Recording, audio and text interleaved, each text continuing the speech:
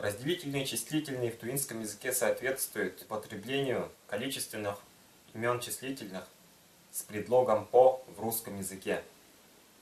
Например,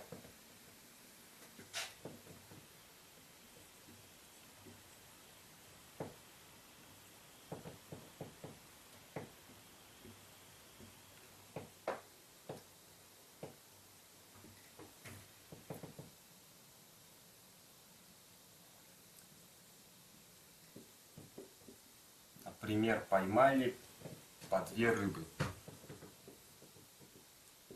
Если же разделительные и числительные примыкают к существительным, то они выступают в роли определения.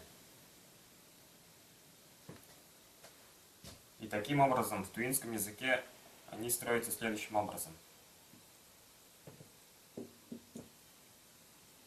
Ии балық тұтып алған. Ии балық тұтып алған. Поймали по 2 рыбы. Ии.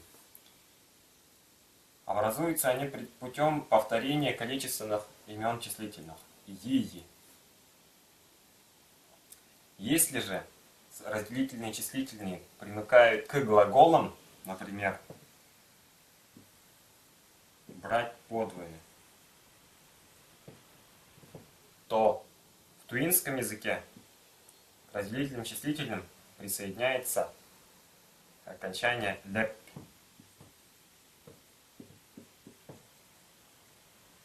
Йийлевалдыр. Брать подвое.